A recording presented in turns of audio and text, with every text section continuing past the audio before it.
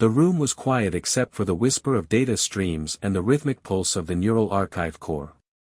Dr. Imani Corinne leaned closer to the projection, her eyes fixed on the ghostly shimmer of pixels slowly resolving on the screen. A century of decay had left the image fractured, like stained glass from a forgotten cathedral. Yet she could almost feel the memory beneath it, human faces, shapes, the breath of history returning one pixel at a time. She adjusted the holofield, isolating the damaged section. "Bring up spectral layer 14, she murmured. The AI acknowledged in a soft tone, and another wash of color bled across the projection. The outline of soldiers began to take shape, weary eyes beneath helmets, the smudge of ash on their cheeks, weapons half-lowered in exhaustion. Marin Voss stood in the background, arms crossed, the insignia of the Terran Concord's Historical Oversight Division gleaming on her uniform. She didn't look at the image, she watched Imani instead. "You said this one was corrupted beyond recovery," she said quietly. "It was," Imani replied without looking up. "Until I found a duplicate fragment buried in an old lunar archive. Most of the metadata's gone, but the date tag matches the final Continental War. Early 2057, Verdant Line Sector. That's the front no one talks about." Imani smiled faintly. "That's why I'm talking about it." The AI chimed again. "Reconstruction integrity, 93%. The image brightened. Imani exhaled. Dozens of soldiers now stood in a half-circle, their uniforms caked in mud. The background was a ruin of trees and shattered armor. Smoke rose behind them. Someone had taken this photograph at the edge of hell, she thought. And somehow, it had survived. She stepped closer, tracing her finger through the projection. Each face told a story, young, old, terrified, resolute. She recognized insignia from opposing world blocks, standing side by side. The war had ended with the Concorde's birth, but here they were, united for one breath. A tremor ran through the holofield. Static flickered across the far left section of the image. The AI murmured, "Unknown distortion detected. Initiating spectral correction." Lines straightened. Colors settled. And then, slowly, a new figure emerged from the interference. At first, it seemed like an artifact, an error caused by pixel bleed. But as the resolution stabilized, the figure remained, towering above the others. Its silhouette was broad, armored, yet not in any Terran design she recognized. The soldiers around it were glancing up, not in fear, but exhaustion and familiarity, as if they had fought beside it. Imani blinked. "That can't be right." Marin moved forward, her voice low. "Zoom on that section." The AI magnified the figure. Its proportions were wrong, limbs too long, stance too deliberate. Where the soldiers' faces were smeared with blood and soot, this being's skin was pallid silver, its eyes catching the light like molten glass. Across its chest was a torn strap bearing a Terran emblem, one that hadn't existed before 2050. The lab fell silent. "Could this be a composite?" Marin asked. Imani shook her head. "The image layers are consistent. This isn't an overlay." Her fingers danced across the interface, pulling up radiation readings and shadow mapping. Lighting matches. Particle scatter matches. Whoever this is, was standing there when the photo was taken. Marin straightened, the air between them tightening. "Run a biometric trace." "Already on it." The AI hesitated longer than usual. Streams of data folded through the room, algorithms parsing decades-old noise. When the voice returned, it sounded uncertain. "Spectral blood trace detected in surrounding terrain. Analyzing," a pause. "Result inconclusive. Subject's cellular composition is non-human. No match in Terran genome database." Imani's breath caught. She glanced at Marin. "Non-human? That's impossible." The AI continued, calm and unbothered. "Estimated height, 2.6 meters. Skeletal density inconsistent with human structure. Probable biological exoskeleton. Blood analysis, hemoglobin analog, but variant oxygen binding pattern. Marin's jaw tightened. Stop the analysis. Imani turned to her. Why? This could change everything we know about the war. About ourselves. And that's exactly why you'll stop. Marin stepped closer, voice low but firm. You're working under Concord jurisdiction. Anything destabilizing requires immediate classification review. Destabilizing? Imani's tone sharpened. It's history. You can't classify the truth. Marin met her eyes, calm but weary. You'd be surprised what people will burn to keep the peace. The image hung between them, ghosts frozen in grayscale, the inhuman figure looming behind them, shoulder to shoulder with men and women who had bled for a world still broken. Imani turned back to the display. Something about the being's posture struck her. It wasn't standing apart, it was braced against one of the soldiers, helping him stay upright. There was blood on its forearm, red, human blood.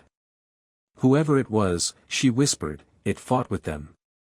The AI flickered again, surfacing the original metadata. A fragment of a caption appeared, half-corrupted text blinking into view. Final advance, verdant line. They held until dawn. Imani felt the words settle like dust.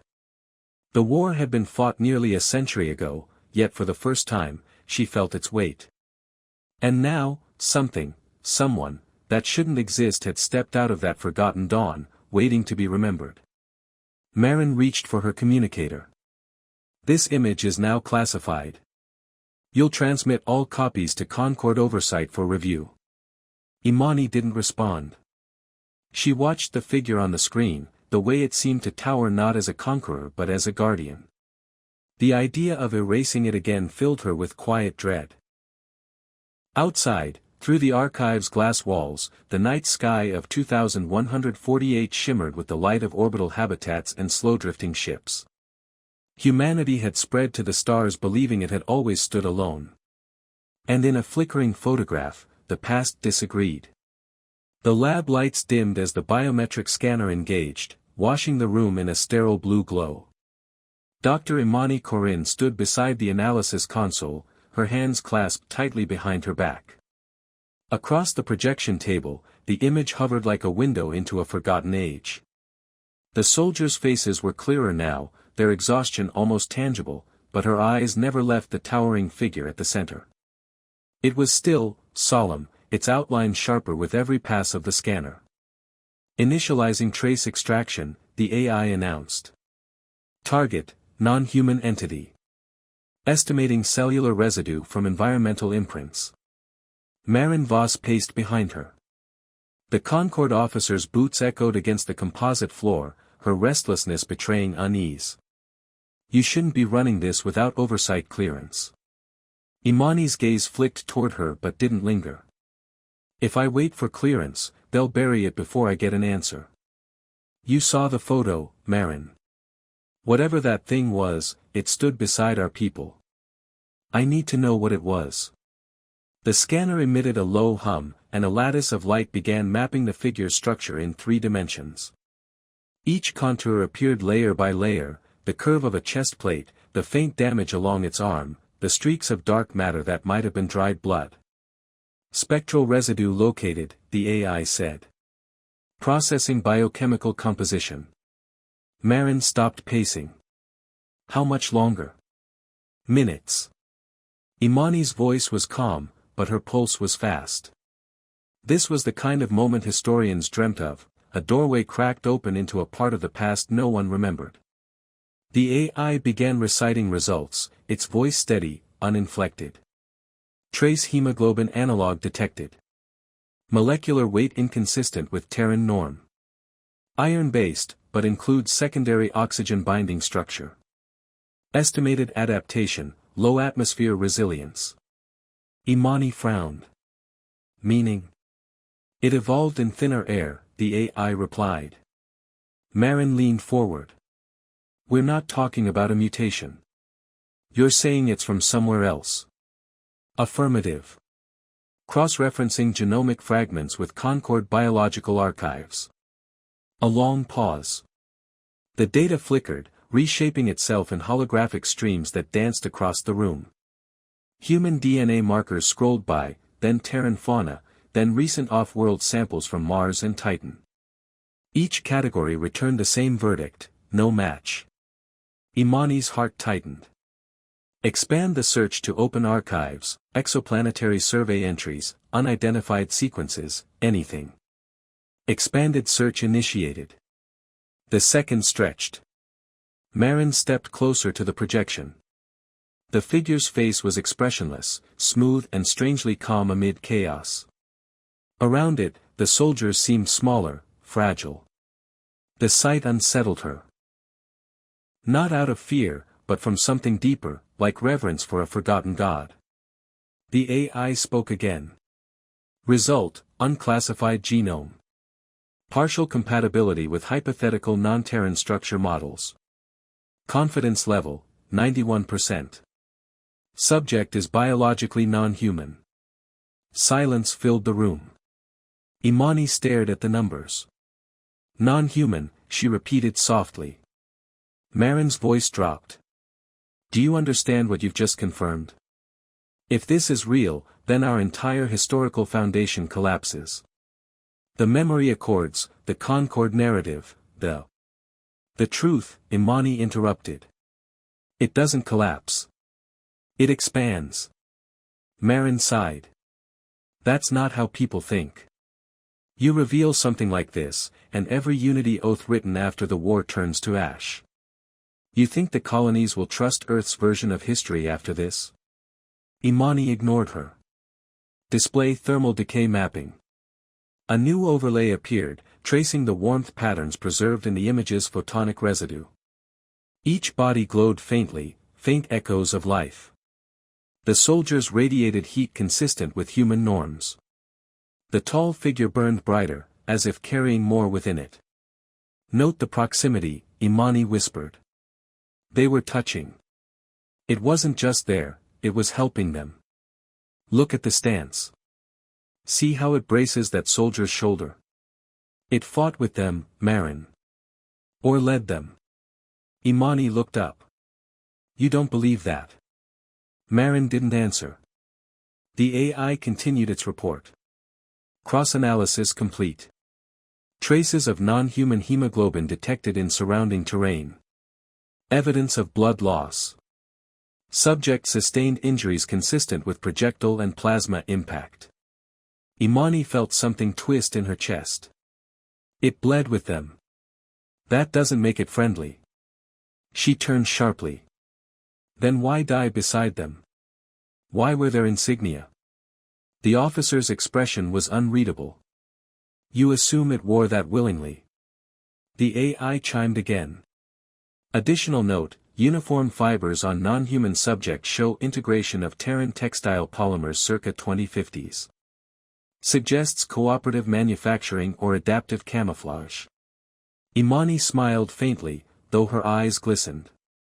It wasn't an invader. It was one of them. Marin walked to the window. Beyond the glass, Earth's orbital network shimmered, stations, beacons, the glow of civilization rising from the ashes of the very war they were now unearthing. Imani, the Concord's peace depends on forgetting what came before. You dig too deep, and everything we've built shakes. Imani looked at her reflection in the glass. Then maybe it needs to shake. The AI broke in again, tone softer this time.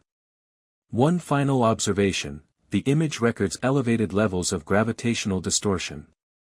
Microtears in local spacetime structure. Consistent with low-yield fold phenomena. Marin turned. Fold physics wasn't discovered until 2091. Imani's gaze locked on the data. Unless we rediscovered it. The two women stood in the silence that followed, surrounded by the hum of old machines and the soft pulse of data light.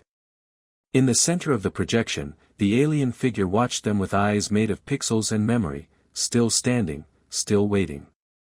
Imani reached toward the console. Archive the analysis under Provisional Access Code Corinne 9. Full encryption. Marin stepped closer, voice edged with command. No. Transfer it to Concord custody.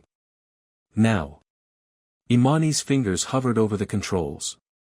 She thought of the soldiers in the photo, of their faces, of the being among them who had fought, bled, and been erased. This belongs to history, she said quietly. Not to you. The lights dimmed further as the archive sealed the new data. The AI's final words echoed through the lab like a whisper from the past. Subject origin, unknown. Relationship to human forces, cooperative. Historical record discrepancy, extreme. And somewhere in that silence, the truth waited, alive again, defying erasure. By morning, the image was gone from the open archive. Imani knew before she reached her console. The file tree had been scrubbed clean, no record of her reconstruction, no trace of the genetic report, no indication the photograph had ever existed.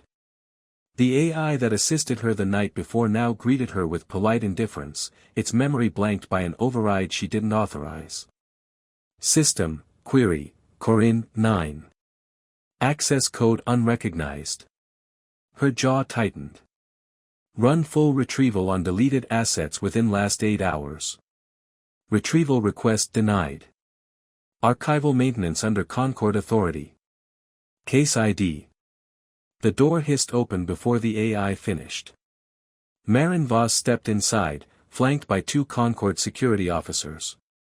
Her posture was straight, her eyes cold with the certainty of someone following orders she didn't believe in. Imani Corinne, she began, by directive of the Terran Concord Oversight Council, this facility is under security review. All recovered media will be seized for classification assessment. Imani stood still, fingers hovering above the console. You already took it. Marin hesitated. This isn't a conversation you want to have right now. You wiped my logs. You wiped the AI. That image was the first tangible evidence of non-human presence in human history, and you just protected you. The words were quiet, but firm. The officers fanned out, scanning the lab. Their visors shimmered with recording symbols, silent observers. Marin gestured for them to secure the external drives. Imani stepped forward. You think you're protecting me by erasing the truth? Marin didn't meet her eyes. You don't understand how fragile this is. The Concord stands on trust, on the story we built after the wars. You put something like that out there, and everything fractures again. The colonies, the blocks, all of it. That story is a lie. It's peace. Imani's voice rose. Peace isn't built by burying the dead twice. The officers paused. One of them exchanged a glance with Marin. The air felt tight, brittle. Marin exhaled. Lower your voice. No, Imani's hands trembled. I spent years digging through ash and propaganda to find what really happened in those wars. And you think I'm going to let you lock it away again? Imani, Marin said softly, almost pleading now, I saw it too. I don't know what it was. Maybe it helped us, maybe it used us. But if that image reaches the public without context, they'll turn it into whatever suits them. Conspiracy, myth, religion, take your pick. The truth doesn't survive that kind of noise. Then help me give it context. Marin's silence was answer enough. The AI's neutral voice cut through the tension. Incoming transmission. Source, Concord Oversight Council. Marin raised her wrist display. A sigil appeared, the Concord emblem overlaid with the seal of the Historical Integrity Division. A voice followed, crisp and remote. Lieutenant Voss, your report has been reviewed. Directive 78 authorized. Secure the subject and all recovered media. Any personnel with direct exposure to the artifact are to be placed under confidentiality isolation pending evaluation. Imani's breath caught. Isolation. Marin closed her wrist display. It's temporary. Just until they decide how to proceed. I'm not a security risk. I'm a historian. That's what makes you dangerous, Marin said quietly. The officers stepped forward. Imani backed toward her console, palms raised. You can't detain me over knowledge. You think this is about knowledge? It's about stability. You hand people a mystery like that, they'll tear each other apart trying to own it. Imani's eyes burned. Maybe they should remember what it cost to survive. The officers hesitated, waiting for Marin's signal. The lieutenant rubbed the bridge of her nose, fatigue creasing her composure. You forced my hand. She nodded once. The taller officer stepped in and removed Imani's wrist link, severing her connection to the archive network. Another downloaded the contents of her workstation to a sealed Concord drive. The screen blinked dark. Imani stood in silence, breathing slow. You think deleting a file deletes the truth? No, Marin said. But it buys time. For what? For us to figure out what we're looking at before the world decides for us. Imani turned to face her fully. You saw its eyes. That thing wasn't our enemy. It wasn't a weapon. It was someone. You can feel it. Marin's voice faltered. I felt something. But feeling doesn't make it safe. It makes it real. The room fell quiet again. The hum of machines, the whisper of the ventilation system, the faint echo of the city beyond the glass walls. Finally, Marin stepped closer, lowering her voice. They'll move this to the deep archive, level black. Once it's there, no one touches it without direct council sanction. You won't either. Imani met her gaze. Then I'll find another way.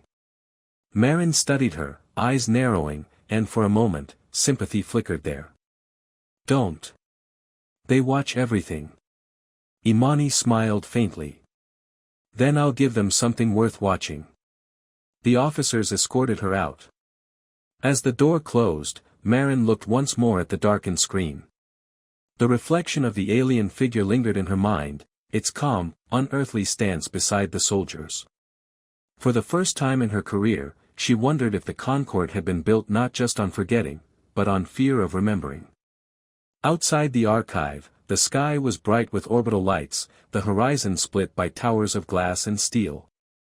The war was nearly a century behind them, yet its shadows reached forward still. And somewhere in a sealed vault, the photograph slept again, waiting for the next pair of hands brave enough to uncover it. The embassy dome shimmered like liquid glass beneath the orbiting lights. Inside, the air carried the faint hum of translation nodes and the low resonance of alien voices layered over human speech. Imani moved through the crowd slowly, her heart beating a little too fast. The diplomatic reception was loud, formal, sterile, a celebration of 10 years of peace between humanity and the Vaer. A peace built on the assumption that tonight was their first shared decade. She saw Tashar standing near the panoramic viewport, his luminous skin reflecting starlight, eyes shimmering with the faint pulse of his species' neuroluminescence. He was taller than anyone else in the room, but carried himself with quiet humility, shoulders slightly bowed as if trying to shrink within human spaces. When Imani approached, the translator field shifted with a soft chime, blending their languages seamlessly. Dr. Corinne, he said, voice calm and measured. It is rare to see a historian here. These events prefer politicians. Politicians prefer clean stories, she said, forcing a small smile. I prefer the messy ones. He tilted his head, amused. Messy stories are dangerous things. They remind us that truth is never simple. Her eyes darted around. The hall was crowded, but no one was paying attention to them. She reached into her pocket and withdrew a slim holopad, shielding it with her hand. I need you to see something. Tashayar's expression stiffened. This is not permitted space for research. Please, she said quietly. You'll understand why. She tapped the pad. The hologram flared to life, projecting the photograph between them in miniature, the soldiers, the ruin, the figure. For a moment the surrounding lights flickered, and the translator nodes in their vicinity pulsed brighter, as if straining to reconcile what they saw. Tashayar's gaze fixed on the image. The glow beneath his skin flickered erratically. His hands trembled once, then stilled. "Where did you find this?" His voice was lower now, almost a growl beneath the translation. "In an archive beneath Geneva sector. It's from a war almost 100 years ago. The figure, we ran a full analysis. It's not human." His breathing quickened, shallow and uneven. The luminescence along his neck flared, shifting from pale blue to a deep, alarmed violet. "You should not have this." "I thought maybe you could tell me what it is," she said. Tashayar stared at the figure in silence. Around them, conversation continued, laughter, glasses clinking, the illusion of harmony. Yet the space between them felt suddenly cold. Finally, he whispered, "That is no myth. That is one of ours." Imani's heart raced. "One of yours? How?" He cut her off with a sharp gesture. "Turn it off." She hesitated, then deactivated the projection. The photograph vanished, leaving only the faint shimmer of displaced light. Tashayar turned away, his gaze fixed on the viewport, on the curve of Earth below. "You were not meant to see that." "Meant by who?" He exhaled slowly, each breath edged with strain. "Long before this piece, before we found you among the stars, there was a schism within our kind. A war not of conquest, but of conscience. One of us broke the covenant and crossed the veil to aid another species. It was forbidden." Imani's voice was soft. "To aid us." His luminous eyes turned toward her, and for the first time, she saw something like fear there. "We were told that world perished. That our exile never returned. That his name and those he saved would be forgotten, so no one would repeat his mistake. He fought with us," Imani said. "He bled beside humans. We have proof." Tashayar shook his head, the glow along his jaw flickering like a failing pulse. "You do not understand what you've uncovered. His actions divided us. To interfere with a younger species is the greatest violation. If the Concord learns we touched your world before sanctioned contact, they will see deceit, not mercy." She took a step closer. "Then help me tell the truth. If your people were here, if one of you stood with us, humanity deserves to know." "No," he said sharply. The word cracked through the translator field like static. "You think truth unites, but this will break everything. Our leaders will deny it. Your Concord will weaponize it. The peace between our species is still fragile, a single image could ignite distrust for generations." Imani clenched her fists. "You sound like them." He looked down, sorrow etching across his strange, radiant features. "Perhaps I must. Some truths are not ready to be carried. I'm not ready to forget again," she whispered. Tashayar glanced toward the crowd, then leaned close. "Erase that image, Dr. Corinne. Before someone else decides to do it for you. The exile was erased from our memory for a reason. If your council discovers his name, they will not just bury your work.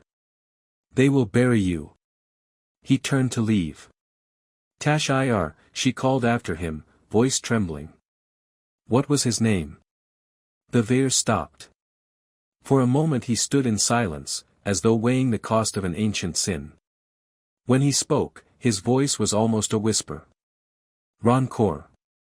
The name echoed faintly within the translator field, heavy with a resonance that made her skin prickle. Then he walked away, disappearing into the current of guests, leaving Imani standing alone in a hall of glass and false light. She stared down at her empty hand, the holopad cold against her palm. Above them, the stars shimmered over a planet built on stories of unity, stories that had just begun to crack. The rain came down in thin silver threads, tracing the glass walls of the archive district like veins. Imani moved quickly beneath her hood, keeping her head low as drones drifted overhead. Each of them carried the insignia of the Historical Oversight Division, silent reminders that every memory in the Concorde was under watch. She slipped through a maintenance door and into the old sublevel, where most of the pre-Concorde data systems were buried under decades of dust and neglect. Her wrist link displayed no connection, she had disabled its locator before entering the lower tunnels. Down here, the air smelled faintly of rust and damp circuitry. A single light burned at the far end of the corridor. The man waiting beneath it looked up as she approached, his face half-shadowed. "Dr. Corinne," he said, voice rough but measured. "You're either brave or very foolish to come here." "Professor Wren." She lowered her hood, revealing tired eyes. "You've been called worse." He gave a dry laugh. "By the Concorde, mostly. They don't enjoy being reminded of inconvenient theories." Imani reached into her coat and pulled out the holopad. "This isn't a theory." Wren's eyes sharpened. He activated the pad, and the image sprang to life, the photograph, the soldiers, the towering figure behind them. The old historian leaned forward, his breath catching audibly. "By the veil, you actually found it. You've seen something like this before." "Fragments," he said, his fingers trembling slightly as he expanded the image. "I've spent half my life chasing whispers, testimonies redacted, battle logs missing entire units, reports of non-classified allies. They called me delusional. But this," his voice broke into a quiet, disbelieving laugh. "This is proof." He stared at the figure, tracing its outline.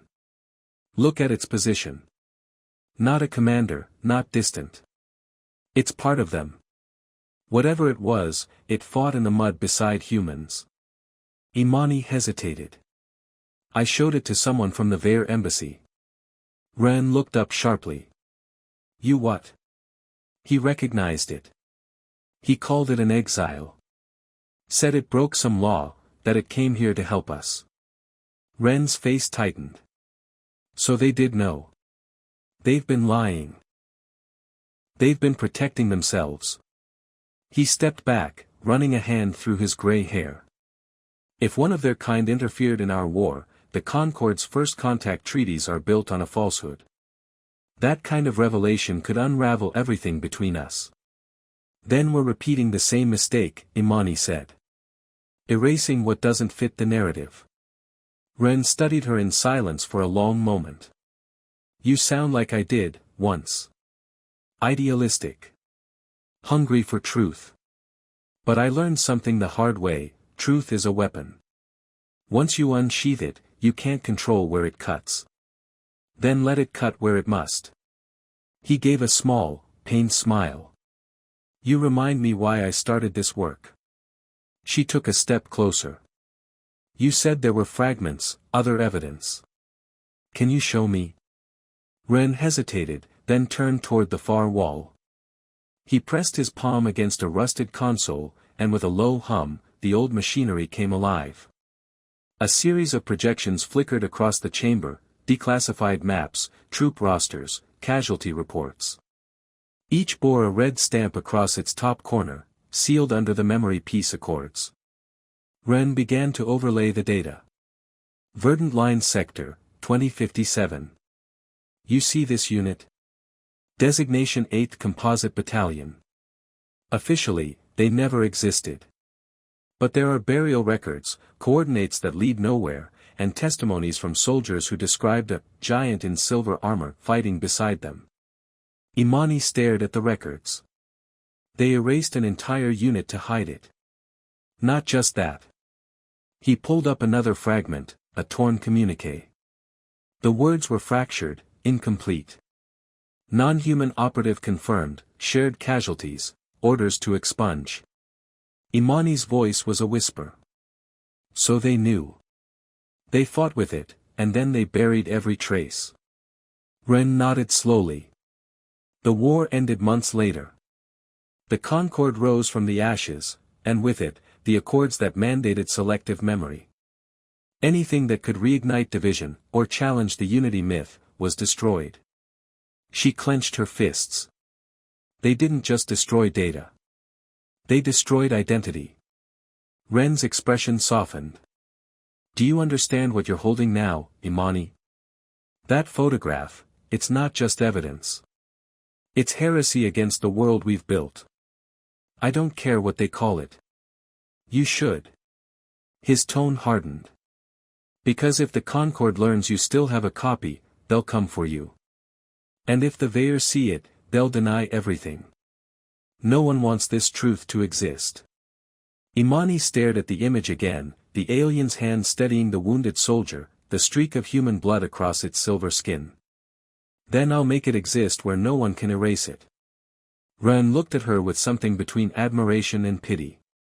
If you release it without context, they'll twist it. They'll say it was a fabrication, or worse, proof of manipulation. They'll use your discovery to rewrite the story all over again. Then help me give it context. He hesitated, then nodded. There's a site, the Verdant Line. The coordinates are buried under reconstruction zones, but if you can get there, maybe there's still something left. A relic, a skeleton, something to anchor your claim. Imani's pulse quickened. You can get me in. I can get you the coordinates. The rest, you'll have to risk yourself for. She reached for the holopad and slipped it back into her coat. Then that's what I'll do.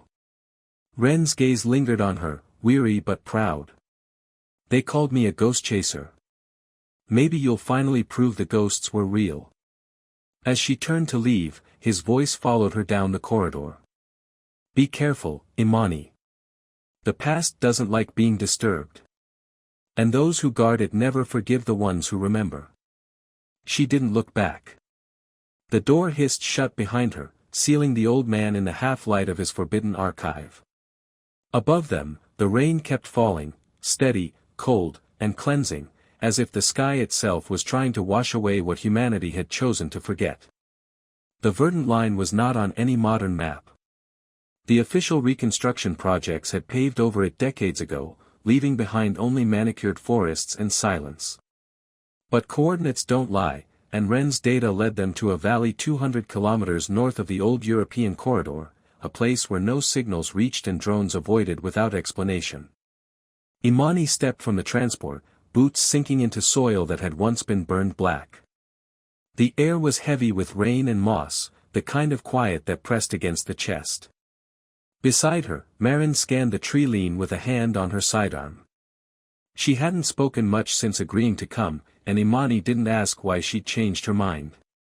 The fact that she was here at all meant something had cracked inside her. Satellite scans show no Concord presence within 50 kilometers, Marin said, glancing at her wrist display. But there's interference. Something's jamming the signal. Imani looked out across the valley. Beneath the wild growth, she could see the faint geometry of trenches, their outlines swallowed by grass. This was where they made their final stand, she whispered. Marin crouched, brushing away a cluster of vines. Beneath them lay a fragment of metal, dull, pitted, and marked by the faded crest of a long-dead battalion. Looks like the records were right. Imani knelt beside her, brushing the soil away. The 8th composite. She remembered Ren's words, a unit erased from history. Finally, Marin stepped closer, lowering her voice. They'll move this to the deep archive, level black. Once it's there, no one touches it without direct council sanction. You won't either. Imani met her gaze. Then I'll find another way. Marin studied her, eyes narrowing, and for a moment, sympathy flickered there. Don't. They watch everything. Imani smiled faintly. Then I'll give them something worth watching. The officers escorted her out. As the door closed, Marin looked once more at the darkened screen. The reflection of the alien figure lingered in her mind, its calm, unearthly stance beside the soldiers. For the first time in her career, she wondered if the Concorde had been built not just on forgetting, but on fear of remembering. Outside the archive, the sky was bright with orbital lights, the horizon split by towers of glass and steel. The war was nearly a century behind them, yet its shadows reached forward still. And somewhere in a sealed vault, the photograph slept again, waiting for the next pair of hands brave enough to uncover it. The embassy dome shimmered like liquid glass beneath the orbiting lights. Inside, the air carried the faint hum of translation nodes and the low resonance of alien voices layered over human speech. Imani moved through the crowd slowly, her heart beating a little too fast. The diplomatic reception was loud, formal, sterile, a celebration of 10 years of peace between humanity and the Vair. A peace built on the assumption that tonight was their first shared decade. She saw Tashar standing near the panoramic viewport, his luminous skin reflecting starlight, eyes shimmering with the faint pulse of his species' neuroluminescence. He was taller than anyone else in the room, but carried himself with quiet humility, shoulders slightly bowed as if trying to shrink within human spaces. When Imani approached, the translator field shifted with a soft chime, blending their languages seamlessly. "Dr. Corinne," he said, voice calm and measured. "It is rare to see a historian here. These events prefer politicians. Politicians prefer clean stories," she said, forcing a small smile. "I prefer the messy ones." He tilted his head, amused. "Messy stories are dangerous things. They remind us that truth is never simple." Her eyes darted around. The hall was crowded, but no one was paying attention to them. She reached into her pocket and withdrew a slim holopad, shielding it with her hand. "I need you to see something." Tashayar's expression stiffened. "This is not permitted space for research." "Please," she said quietly. "You'll understand why." She tapped the pad. The hologram flared to life, projecting the photograph between them in miniature, the soldiers, the ruin, the figure. For a moment the surrounding lights flickered, and the translator nodes in their vicinity pulsed brighter, as if straining to reconcile what they saw. Tashayar's gaze fixed on the image. The glow beneath his skin flickered erratically. His hands trembled once, then stilled.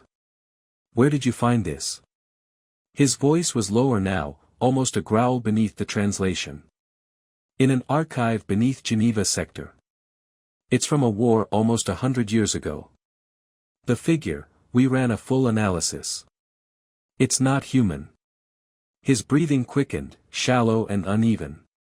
The luminescence along his neck flared, shifting from pale blue to a deep, alarmed violet. "You should not have this."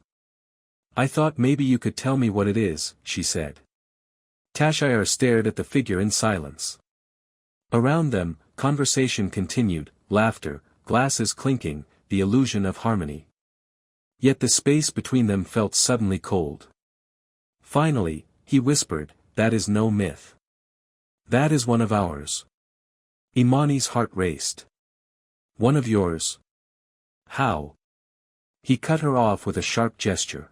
"What the hell was that?" Marin demanded. "A memory," Imani whispered. "Locked in the residue. The moment they died." Marin gritted her teeth. "Then let's not join them. We've got what we need." Imani looked down at the alien's hand again, still reaching toward the fallen soldiers, frozen mid-motion for nearly a century. "We can't leave him here." Marin shook her head. "If we move it, we'll trigger every satellite scan in this sector." "You want proof?" "This is proof. Take the data and go." Imani hesitated, then slowly nodded. She reached out one last time, pressing her hand to the soil above the alien's heart. "I'll tell them," she whispered. "I'll make them remember." As they turned to leave, thunder rolled across the valley. For a moment, Imani thought she heard voices in it, faint, overlapping, human and something more. She looked back once, to where the giant lay among the men it had saved. Rain washed over the bones, tracing the shape of a history no one had wanted to believe. The transport cabin was silent except for the hum of its engines and the faint, rhythmic tapping of rain against the hull. Imani sat hunched over the scanner core, eyes fixed on the projected data spinning before her. Each line of code represented a layer of the valley's truth, bone, metal, energy residue, all stitched together in a fragile web of revelation. Marin sat across from her, arms folded. "You've been staring at that thing for an hour." "There's something inside the field resonance," Imani murmured. "It's not just energy. It's encoded. Like a neural echo. From the alien? From everything. The human remains, the soil, even the air carried some of it. Fold residue can preserve more than matter, it can preserve memory." Marin's eyes narrowed. "You're not saying?" "Yes," Imani said, already connecting the neural interface nodes. "If we feed the data through a sensory translator, we can reconstruct the last moments of the battlefield. See what they saw. Maybe even hear what they heard." "That's dangerous tech," Marin warned. "It was banned after the Eidolon trials. Neural feedback from traumatic memory can break your mind." Imani's voice was calm, resolute. "Then I'll keep it brief." Marin stood. "You don't have to do this." "Yes, I do." She slid the connector into the port at the base of her neck. The cabin lights dimmed as the interface came online, flooding her vision with cascading light. "If we're going to make them remember, we need more than bones." The world dissolved. Darkness folded around her, heavy with smoke and gunfire. She gasped, the cold air burning her lungs. The sky was choked with ash, and the ground trembled beneath artillery fire. Around her, soldiers shouted, human voices, raw with exhaustion and fear. Then she saw him.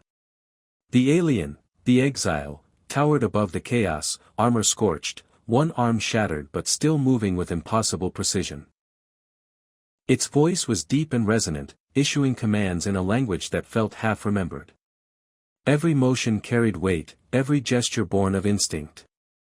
Imani felt their fear, their pain, their awe. The soldiers didn't recoil from it.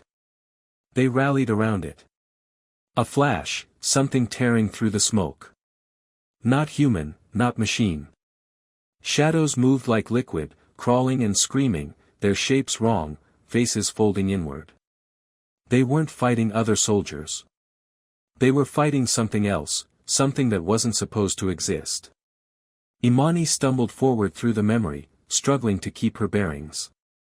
The creatures surged from the fog, their eyes burning with static light. The exile roared and charged into them, blade of plasma cutting arcs through the air. Every strike was desperate, furious, protective. She felt his thoughts, brief and disjointed, they are not ready. But they must endure. If they fall, all light dies here. Then came the blast. A fissure of fold energy split the ground, throwing Imani backward. She hit the mud hard, vision blurring. The exile staggered, shielding the humans with its body as the rupture consumed the battlefield in white fire. And then silence.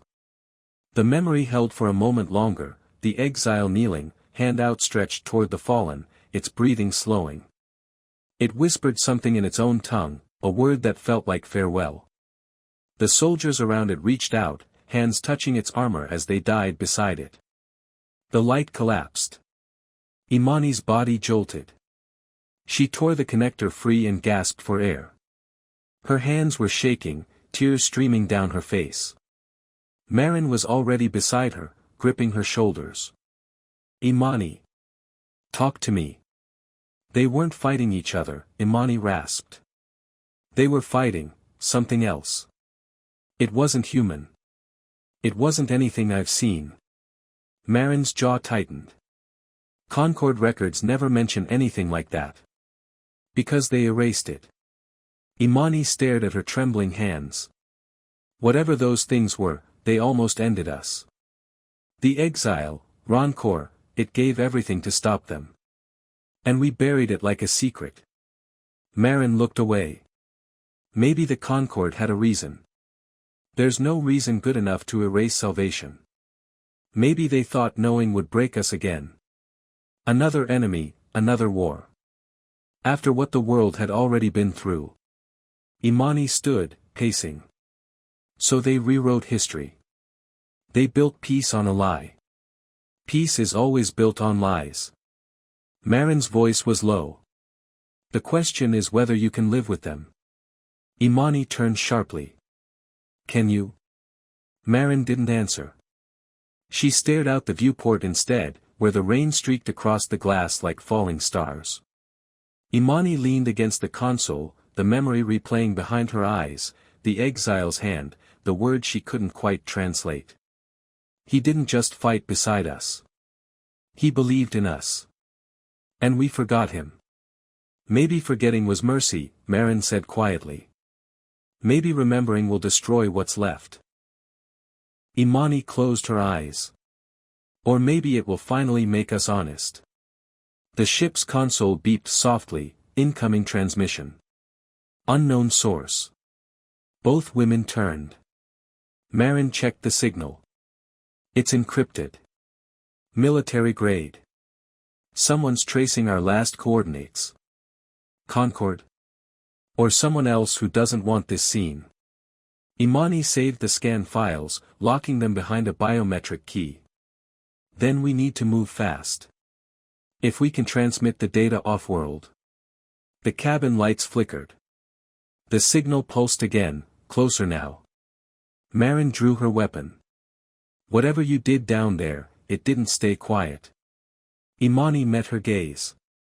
Then we finish what he started.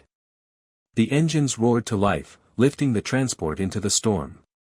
Outside, lightning flared across the clouds, brief, blinding, and gone.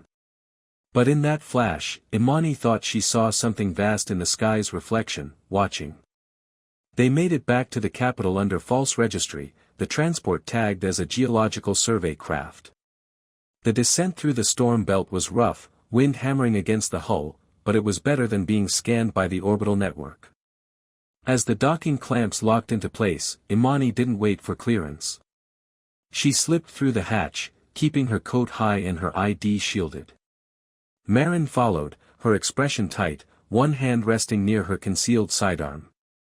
The city pulsed with light and motion, spires of glass and data, the great symbol of Concord unity. Everywhere they looked, hollow banners proclaimed the same message, truth through harmony. It was enough to make Imani's stomach turn. They took a mag line toward the historical district, but before the second junction, Marin caught Imani's arm. We're being shadowed. How do you know? Because I would be, if I were them. Marin tilted her head slightly. Across the aisle, a man in plain gray clothing read a data slab upside down. His eyes flicked up, meeting hers for a fraction too long. Imani's pulse quickened. Concord Internal. Or Division 0. Either way, we're not making it to the archives. Then where? Marin's eyes moved to the dark tunnel ahead. Off the grid. They disembarked 2 stops early, merging into the crowd of evening commuters. The neon canopy above reflected in puddles, the air alive with the scent of ozone and machinery. Imani kept her head down as Marin guided her through a service door and into a maintenance corridor. The hum of the city dimmed behind them. Inside, the air was cold and dry. Old insulation hung like cobwebs. Marin sealed the door, then turned, her voice low. You need to tell me exactly what you saw in that memory. Imani hesitated. You wouldn't believe me. Try me. It wasn't a war between nations. It wasn't even a war between species. Those things, whatever they weren't human, and they weren't fair. They came through a fold rupture. Something broke open, and they came through. Marin's face was unreadable. And the exile? It fought them. Protected us. When the fissure closed, it died with them. They buried it there. Marin was silent for a long moment. Then she said, I've seen sealed files that hinted at something similar. The early Concord founders had records of an event they called the Boundary Breach. The data was scrubbed after the peace accords. Anyone who tried to reopen it disappeared. So they knew, Imani whispered. They knew and chose to erase it. They built a world on what was left, Marin said. After the Continental War, humanity was broken. If they'd told the survivors that monsters from another plane had nearly ended them, what do you think would have happened? We might have been stronger for it. No, Marin shook her head. We would have torn ourselves apart again. Fear always finds a new enemy. Imani turned away. Then they didn't build peace. They built amnesia. Before Marin could respond, her wrist link flared. An encrypted command appeared across the display: Concord Directive, Classify Subject, Imani Corinne. Detain or terminate. Marin's jaw tightened. They've flagged you. Imani met her eyes. And you? I'm supposed to bring you in. Silence hung between them, heavy and final. Then Marin deactivated the link. The message dissolved into static. But I'm not going to. Imani exhaled shakily. Why? Because I saw the data. Because if you're right, we're standing on a lie so deep it's eating the ground beneath us. Footsteps echoed from the corridor beyond. A low, mechanical hum followed, Concord enforcement drones. Marin grabbed Imani's wrist. Move. They sprinted down the service tunnel, boots striking metal. The lights flickered as the drones drew closer, their scanners sweeping like blades of white fire. Marin fired twice, electromagnetic bursts scrambling the first wave. The tunnel filled with sparks. At the far end, they burst into an abandoned subway junction. Imani stumbled, catching herself on a rusted railing. The drones regrouped at the mouth of the tunnel, mechanical voices calling out orders. Marin dragged her toward a side hatch. I know a place. They emerged into a hollow chamber beneath the city, old infrastructure long sealed off. A faint glow pulsed from inactive power conduits, painting the walls in ghostly blue. Imani leaned against the wall, catching her breath. You used to be Concord security. How long have you known? Known what? That the truth is poisoned. Marin holstered her weapon. Long enough to stop believing the slogans. But not long enough to stop hoping they meant something once. Imani reached into her coat and pulled out the hollow sphere containing the scan data. The image flickered to life between them, the alien skeleton, the human bodies, the distortion field. We can still make it mean something. If the world sees this. They'll panic, Marin interrupted. You don't understand how fragile the Concord is.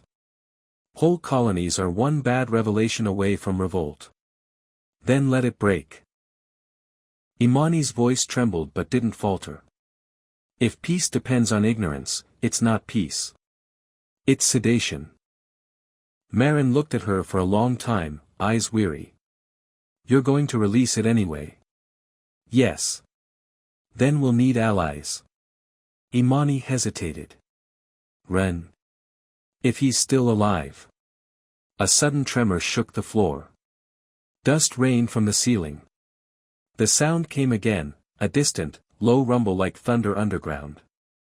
Marin drew her weapon, scanning for seismic data. That's not weather. Imani's hollow flickered, the distortion field pulsing erratically. It's resonating. The memory data, it's waking something. Marin swore.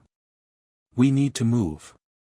They ran through the old tunnels, chased not by drones now, but by the deep, rhythmic pulse of something older, something the city had been built upon and told itself to forget. They found Tash-Ir in the upper tiers of the Vair Embassy, a crystalline structure suspended over the sea like a shard of light. Getting there had cost them every favor Marin had left, a falsified entry code, a security override, and one desperate bluff at the checkpoint. The guards let them through only because Tash-Ir had given his personal authorization hours earlier, as though he'd been expecting them. The chamber was silent except for the slow hum of the ocean beneath. Tash-Ir stood by the panoramic window, his form tall and slender, luminous threads of his skin reflecting the distant city lights. When he turned, his gaze was steady, unreadable. I told you to destroy it, he said.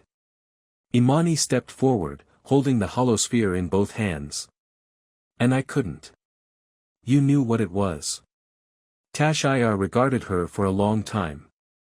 You found the burial site. Yes. And I saw it. His expression didn't change, but something in the light behind his eyes dimmed. Then you have glimpsed a truth even my kind chose to forget. Marin crossed her arms. Start talking. Tash-Ir moved closer to the window, hands clasped behind his back. Long before your species found its footing, the Vair were not as unified as we claim. We were fractured, divided between those who believed isolation was survival and those who saw kinship as strength. Roncor belonged to the latter. He defied our conclave, crossing into your world without sanction. He fought in your war because he saw in you something we had already lost. Imani's voice trembled. You called him an exile. A name we gave to those who crossed boundaries that should not have been crossed. Boundaries? Marin asked. Or guilt? Tash-Ir looked at her, and for a moment, the ambassador's composure faltered. Both. Roncor's intervention violated the laws of first contact. Our conclave feared it would entangle us in your chaos. But when he fell, we saw what he had done. He had saved you from an opening we did not think possible, a breach in the fold, where the dark between bleeds into the physical. It should have been impossible. Imani stepped closer. Those creatures, what were they? Shadows of a reality older than stars, Tash-Ir said softly. They feed on collapse, on entropy. We encountered them once, long ago. It nearly unmade us. When Roncor found them here, he understood what it meant. That your war had torn space thin enough for them to enter. So he fought them alone. He fought beside you, Tash-Ir corrected. And when it was done, we buried the truth. Our conclave sealed all record of him. Your Concord did the same, erasing the evidence to preserve the illusion that humanity had saved itself. Marin's tone was bitter. So both sides built their peace on a shared lie. Tash-Ir inclined his head. Peace requires myth. My people understand this better than most. Imani shook her head. No. Peace built on denial isn't peace. It's paralysis. If both our species erased him, then neither of us deserve the unity we claim. The ambassador turned toward her, his expression heavy. Do you believe your people would have endured the truth? That they would have accepted salvation from an alien hand? Maybe not then, Imani said. But now they can. Marin stepped between them. You don't understand what releasing this will do. Concord will collapse. The Vair conclave might too. Every treaty, every alliance, it all depends on the illusion of separate strength. Maybe strength was never meant to be separate, Imani said. Maybe that's what he was trying to show us. For a long moment, none of them spoke. The sound of the sea below filled the silence. Then Tash-Ir approached, his movements slow and deliberate. If you intend to reveal this, you must understand what will follow. My conclave will deny it. Your concord will hunt you. And if the fold was ever truly breached, then the remnants of that wound may stir again. Imani looked him in the eye. Then help me make it undeniable. Tell me everything you know about him. About what he fought. Tash-Ir studied her face, the exhaustion, the defiance, the quiet conviction. He believed your species carried something precious. The will to endure. He said that one day, you would remember him. I thought it was foolish hope. Now, I am not so sure. Marin's wrist link buzzed softly. She checked it, frowning. We've got movement. Concord Security just entered the district. They know where you are, Tash-Ir said. You must go. Imani hesitated. Come with us. He smiled faintly, a sad curve of light. My place is here. But I will leave something for you. He touched the console at his side, and a small crystal fragment disengaged from the wall. He handed it to her. This contains the sealed records of Roncor's exile, Take it beyond Concord space. There are places where the truth still matters. Imani took it with trembling hands. Thank you. Tashayar nodded once. Do not thank me. Just remember him. The chamber lights dimmed as security drones breached the lower levels. Marin grabbed Imani's arm, pulling her toward the exit. They slipped through the service corridor, alarms echoing behind them. As they reached the outer landing, Imani glanced back. Through the window, Tashayar stood alone, facing the sea. For a brief moment, his reflection merged with the stars, and she thought she saw another shape beside him, vast, faint, and familiar. Then the glass went dark, and the embassy alarms drowned out the silence of the past. The storm over the capital had not stopped for 3 days. Lightning carved across the sky like veins of light, and the air was heavy with the scent of ozone and tension. The city below shimmered with countless reflections, each tower a mirror of order straining to hold. Imani sat in the dark of the abandoned relay hub, her fingers moving over the hollow console. The sphere containing Roncor's scans pulsed beside her, each beat a reminder of what she carried. Across the table, Marin checked the power conduits, rerouting the signal path. Once you push it, there's no taking it back, she said quietly. I know. The Concord will see it as treason. The Veer might see it as provocation. Maybe. Imani looked up, her eyes hollow but clear. But for the first time, they'll see him. Marin's voice softened. You could still walk away. Let the truth sleep. Imani shook her head. I've walked away from too many things. This isn't going to be another. Marin sighed and sealed the final circuit. The console hummed, light filling the room. Then we do it together. Imani reached for the crystalline shard Tashayar had given her. The moment it touched the hollow stream, it flared to life, a cascade of images and sounds, ancient Veer script merging with Terran code. The two languages folded into one another, rewriting the data in real time. Broadcast path ready, Marin said. Global archives, public networks, off-world relay stations. Once it's live, it'll replicate across every node in the Concord. Imani's hands trembled. Here we go. She pressed the final key. The light surged outward, filling the chamber. For a heartbeat, the hum of the relay became something almost alive, as if the memory itself was breathing. Then the data burst into the grid, scattering like a flare into the storm. Above the city, holoscreens flickered. Public displays froze mid-broadcast. Across continents, in homes and markets and transit stations, people looked up as the image stabilized, a black and white photograph, its edges worn, its center filled with faces both human and something more. Soldiers in mud and smoke. And behind them, towering, wounded, and resolute, the figure of Roncor. The world held its breath. In the orbital stations, Concord officials shouted into comlinks as the feed overrode their systems. On distant colonies, miners stopped their drills to stare. In Veer citadels, the elder conclave rose from their thrones in silence. Everywhere, the same image, a reminder buried and reborn. Then came the voice. It wasn't Imani's, or Tashayar's. It was a composite of the memory field, Roncor's own words, translated from fragments of thought. The language was strange, the cadence alien, but the meaning carried through. They are fragile. They fall. But they rise again.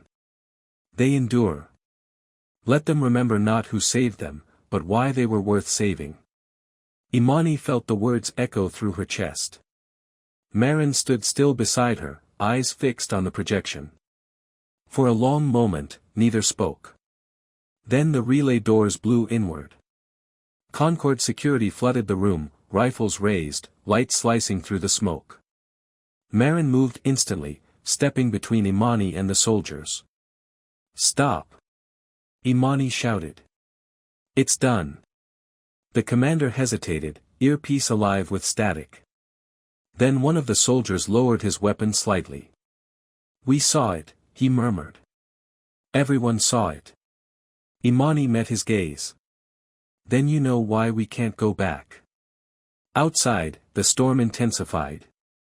The clouds split open, revealing the faint shimmer of orbital relays responding to the transmission. Across the horizon, the city's towers glowed brighter, as though awakening from a long sleep. Marin turned to her, a faint, weary smile touching her lips. You did it. No, Imani said softly. He did. The soldiers hesitated, uncertain whether to arrest or salute. The chain of command had fractured the moment the truth went live. Above them, the sky flared, a single beam of light from orbit piercing through the storm. It wasn't a weapon. It was a signal. In Vair space, Tashayar stood before the conclave, watching the same image bloom across their crystalline halls. None spoke. For the first time in generations, their silence was not denial but remembrance. On Earth, people gathered in the rain, looking up at the projected image hanging in the sky. Children pointed, elders wept. Some fell to their knees, others simply stood, stunned by the enormity of what they were seeing, a stranger who had bled for them, who had been erased so they could live believing they were alone. Imani stepped out of the relay hub, the storm soaking her coat. The city stretched before her, every building shimmering with the echo of the broadcast. She looked up at the image still hanging in the clouds, Roncor's silhouette, luminous and defiant. Do you think they'll understand? She asked. Marin came to stand beside her. Maybe not tonight. But they'll remember. Thunder rolled overhead, deep and distant. The image flickered once more, and for a fleeting instant, Imani thought she saw movement within it, the faint tilt of a head, the suggestion of eyes looking back. She closed her eyes, letting the rain fall. You're not forgotten, she whispered. Across the world, in countless tongues, people began to say the same words. In that moment, fragile, fleeting, the myth cracked, and something older and truer shone through. For the first time in a century, humanity remembered that it had not stood alone. And somewhere, beyond the fold, something vast and unseen stirred, not in warning, but in acknowledgement.